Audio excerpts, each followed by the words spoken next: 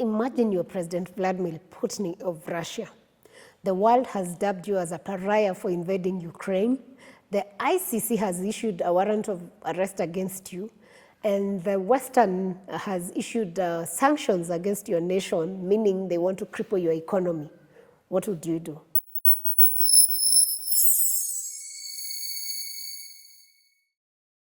Now, before you think what to do, let me tell you what President Vladimir has done for himself. President Vladimir Putin is hosting the 16th BRICS summit in his home country, and that's not the big deal. The big deal is that he has brought together over 20 world leaders, presidents, and other world leaders for this conference. That's to hit back at the Western nations that think with the sanctions and the warrant of arrest and all these things that he will be afraid or he will cancel the summit or, just decide to be afraid to do. No, Putin decided, I'm not doing any of those things. I'm hosting. And guess what? As we speak, Putin is hosting Xi Jinping, the president of China. He's hosting Narendra Modi, the Prime Minister of India. He's hosting Cyril Ramaphosa, the President of South Africa, and so many other leaders that are coming on board for this event. So one of the people who didn't show up for this event is actually the Brazil president, because they say he had an accident in his home and I think he hurt his head, so he didn't show up. But I don't trust that. I actually feel like he wants to play on both sides. He wants to look good to the West, and he also doesn't want to hurt, Russia. So he's in between. So the key global leaders are the one other person who's very interesting to attend this meeting is Turkey's President Erdogan and Iran's Masoud, because these countries are want new membership. So it's interesting that these leaders, not considering the fact that Russia is at war, actually have decided to attend this event. So the summit defies predictions that Putin's war in Ukraine and the international arrest warrant would isolate Russia, because instead it's showing that Russia has growing alliance with nations seeking counterbalance with the US-led Western world order. So the focus for the BRICS meeting includes BRICS Pay. BRICS Pay is the new BRICS payment system, which is meant to do away with the dollar or compete with the dollar. And BRICS nations want a digital currency that will work as an alternative to International Monetary Fund and a proposal for a new trade platform for grain. So BRICS, which originally included Brazil, Russia, India, China, and South Africa, is expanding rapidly with new members, and these new members are Iran, Egypt, Saudi Arabia, Ethiopia have joined, and actually these countries have been welcomed in the summit by the Russia's president among all these other presidents. They've onboarded them, and it's interesting to see the growth that is coming with BRICS and the sort of push that is coming with these heavyweights, because BRICS, now called BRICS Plus, has now presents over 40% of the global population. Imagine 40%. In terms of the economies, these are heavyweights in the economy, and the kind of weight they carry in terms of economy and terms of business transaction. This is huge. So with this, I'm sure BRICS nations are happy to have on this. So BRICS are attempting to challenge the dominance of the G7. These are the world's 7 largest advanced economies, such as Canada, France, Germany, Italy, Japan, US, UK. So basically, these are the nations that BRICS wants to compete with. So something interesting is that Turkey is a member of the NATO, and having been a member of the NATO and wanting to join BRICS, that's a whole interesting ball game altogether.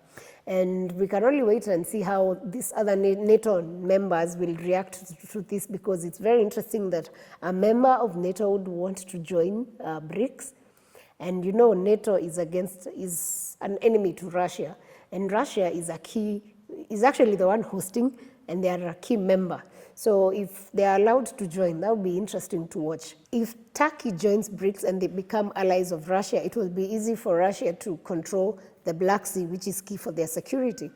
So Russia annexed Crimea, and with Turkey's friendship, their naval bases will be safer and with the backup of Turkey. So it's very important to have Turkey as an ally.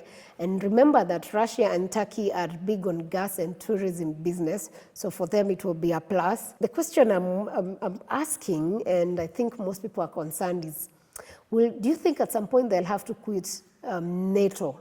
Like, would they be forced to quit? Or would they be forced not to join BRICS? It's a catch-22. Like, do you join these and leave these, or do you leave this and join this? And if you join, does it affect the relationship with the nations? Of course it does. It's NATO, like it's Russia.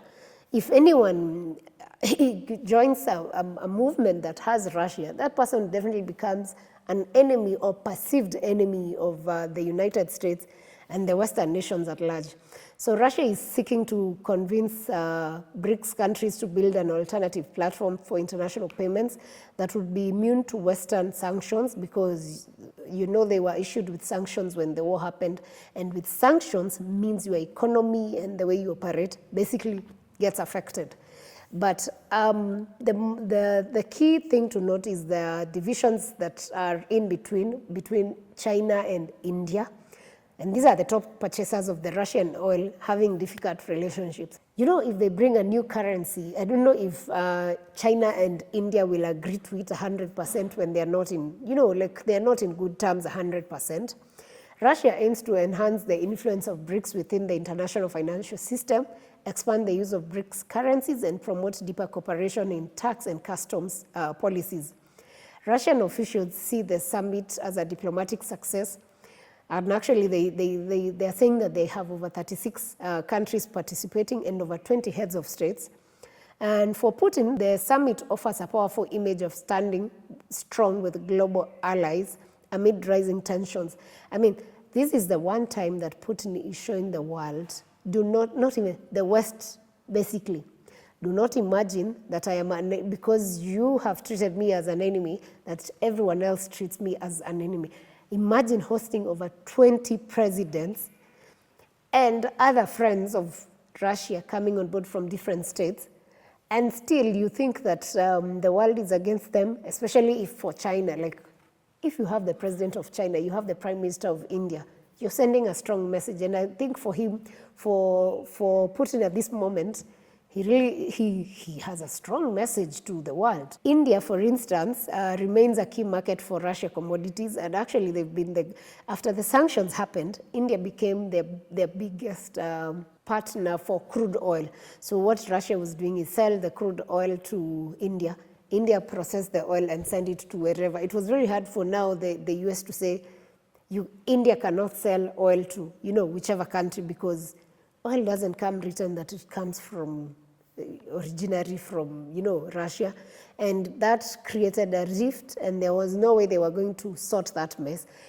And with this trade with India, the economy of Russia grew more at that point with sanctions, and I think that whole idea did not sit well. Has even to date, I don't think it does sit well with the United States. Regarding a potential bilateral meeting between PM Modi and China's president, these are the two nations that are not at 100% with each other in terms of friendship. And if confirmed, this will be the first formal meeting between the two leaders in 5 years. And this will actually mark a potential thaw in relations following the 2020 border clash along the line of actual control. Remember, they had that clash thing. And recent agreements between India and China on border patrolling arrangements may lay the groundwork for such a dialogue. So maybe between today and tomorrow, when the conference is going on, they will dialogue on how to go about that. But imagine if if China and India agree, and then now they are all in one agreement, let's get this thing rolling, and we have the BRICS pay on board. I think the world will change in terms of how they trade, and the US will be really threatened big time, because that will bring down their dollar. For sure it will go down.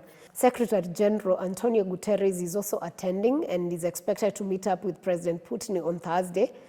And on Monday, Ukraine's Minister of Foreign Affairs criticized Guterres, saying, this was very interesting, that while in June he did not accept an invitation to attend the Ukraine-backed peace summit in Switzerland in June, he did, however, accept the invitation to Kazan. This is for the BRICS summit that's going on. So meaning Ukraine feels now like Guterres, or rather the UN, they seem to feel like the UN is supporting Russia and not supporting them, simply because they didn't attend their peace summit. But this is a major message, actually. If you invite the UN Secretary General for a summit and he doesn't show up, especially for a nation like Ukraine, which was, has been at war, and a lot of other leaders didn't show up during that time. I remember even Biden canceled his trip because there was a hurricane in his own country. Then now he's seeing Guterres attending the BRICS summit in Russia. I think he feels threatened. Maybe he now imagines that now UN supports Russia in the war. So anyway, these are political. Geopolitics is very interesting, and how things are done, and different things communicate different things to different people. So this is what is going on currently, and the BRICS summit is on. We are waiting to see the final message, whether indeed the new adoptions they are making. Of course, key adoption is the new nations that have been onboarded. Let's wait and see if they have the timelines for the new currency on board and how that affects the business of the world at large. So the next BRICS summit happens in Brazil.